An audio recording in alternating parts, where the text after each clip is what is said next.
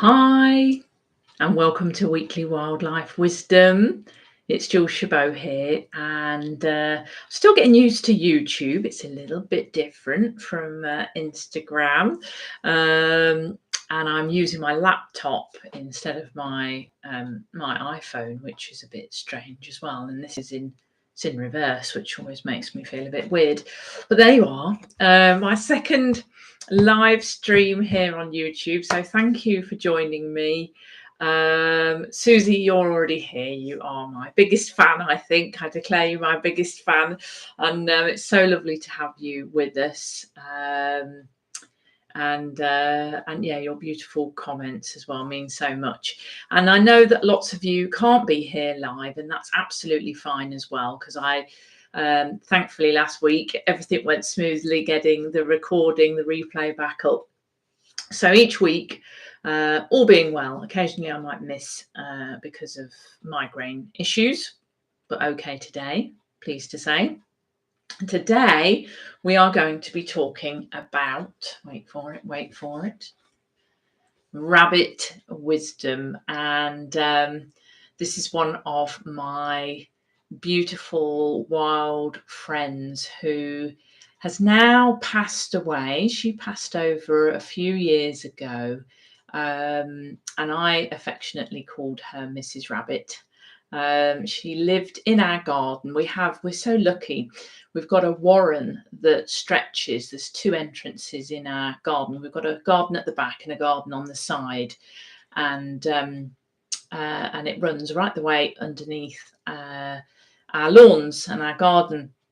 And Mrs. Rabbit was the beautiful bunny that we befriended, and she became she's totally wild, but over time, and lots of communicating intuitively, mainly through the windows, but then also sometimes out in the garden. She would sit not too close to us, but close enough so that we could have lovely communication.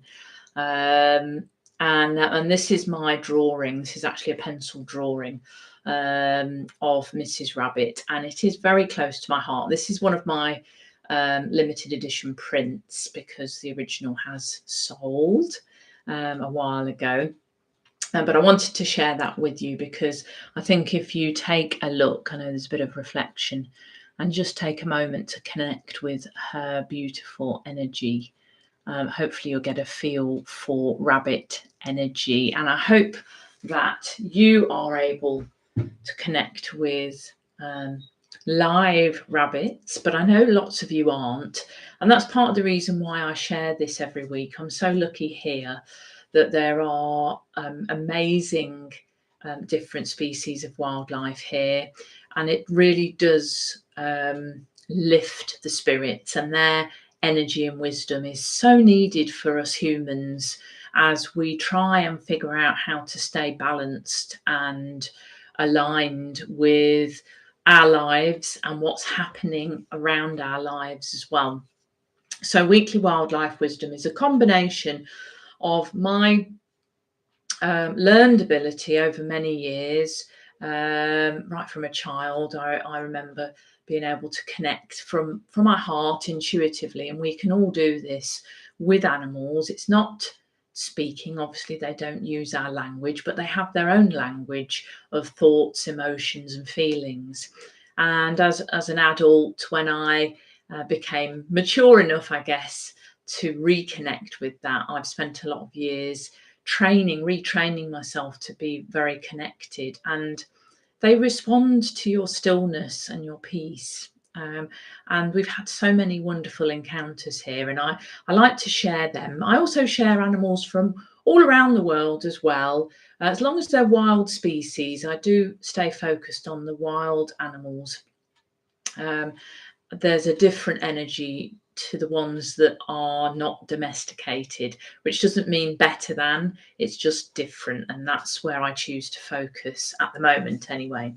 So today is rabbit wisdom, and as I shared, Mrs. Rabbit is a beautiful rabbit who was here. She passed over probably about 3 or 4 years ago, and the day before she did, she came to our back door of our cottage, and I was intuitively drawn, and I saw her, and it was the closest she'd ever been to the back door, and she was showing visible physical signs of preparing to pass over. And so I sat at the back door. I didn't open the door. I didn't want to frighten her. I sat at the back door with her, and sent her healing and thanked her for all her beautiful work and all the beautiful babies that she'd brought into the world, and for being who she is, and for rabbit kind as a whole, and all their beautiful energy. And I don't know, it must have probably been about an hour, and then she indicated that that was okay. I closed down the healing that I was offering to her, and she hopped to the back field behind our garden where she passed away. And it was an honour to do that. I know a lot of people will be saddened by that. And it was sad because I knew I wouldn't see her in that beautiful body again. But it was also so beautiful that she'd come to me, and that she'd honoured me with that trust, and to allow me to offer her healing was amazing. And the very next day, her daughter, who we call Ruby, came to exactly the same spot around about the same time of day, and she sat there for 20 minutes. And again, I was drawn intuitively, and I saw her, and she was thanking me for that, which was really beautiful and very emotional. About 20 minutes or so, and I just sat, giving her love and telling her that, her mother was so important and beautiful. And Ruby took over the Warren and has continued to have her own babies, including this year. We have a couple that we've just seen in the last couple of weeks, which is why it's Rabbit Wisdom today. Little boy, they're literally like this big at the moment, and then a little girl. And the little girl keeps coming into the garden and making herself known. She's calling to me. So again, I feel the call, and there she is in the garden. And a couple of days ago, I just connected with her, and she told me her name, and it's Mirabelle. And I've never heard I knew of Mirabelle, but I didn't really know what it meant. So I thought, what a beautiful name. And I just looked it up online, and it means, in various translations, it basically means wonderful and miraculous and fabulous. And I just thought, isn't that the best name? So this little Mirabelle is very present at the moment, and it was her beautiful, like, diamond energy that really made me want to share a bit more about Rabbit Wisdom. So all that said, Rabbit Wisdom, and what was coming to me from that whole sort of joy of the connection with this family is that they are earth creatures. So they're very, very naturally and powerfully grounded into Mother Earth. So with that groundedness, they draw power from the earth through their bodies, through their pores, as we do when we allow ourselves to, which is why it's so important to go out into nature, even just to get out onto some grassland or earth as often as you can, to allow yourself to draw it up. You can do it indoors, it's just much easier and much more powerful, I think, outside. But this grounding is important for a lot of reasons. But the other part of the message I was receiving from them is around creative abundance. There's a lot of fear on the planet right now, and you may be feeling this, you might not be, but I think it's always beneficial to remember Rabbit Wisdom around having enough.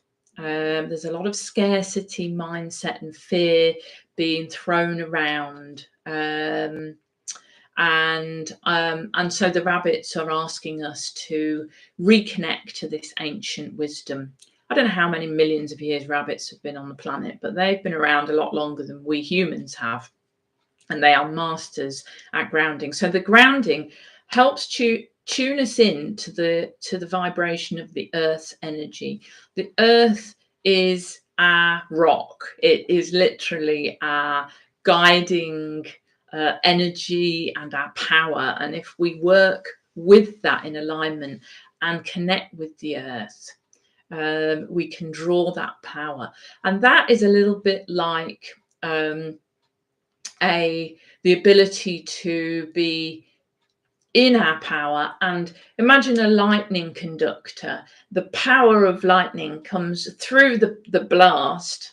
Someone was telling me that lightning actually emanates out of the ground. It was my brother the other day who was saying scientists now know that lightning actually comes up from the earth and connects with the electrical currents from the clouds, which is fascinating, isn't it? To read more about that. But the grounding to the earth allows us to bring the power into us.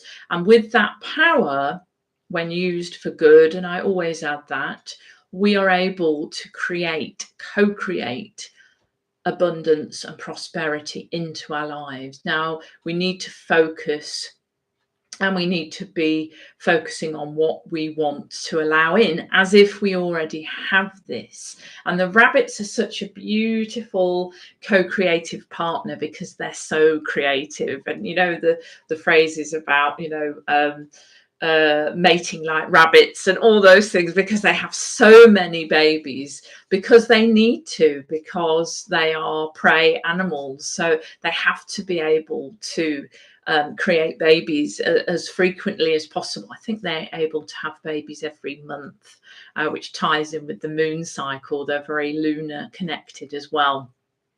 And so their energy, although we won't be wanting to imitate them in terms of numbers of children, but in terms of creating and bringing good into our lives and for service to others, having that clarity, that groundedness, and that co-creative belief and trust and faith that we can allow good into our life is really, really important right now. And to help to overpower the fearful thoughts, the fearful feelings that we may pick up. I mean, I know I certainly have to be very aware of that, and I'm sure you probably do as well. So that is really the key message. There's a lot more within that, and I know I haven't got time to go into all of that today. But if that rings true for you, I would encourage just maybe picking up a favourite book that talks about this, or looking for books that you think will help you in terms of how you retrain your thinking, your thought patterns and your beliefs to focus on what you want to attract into your life.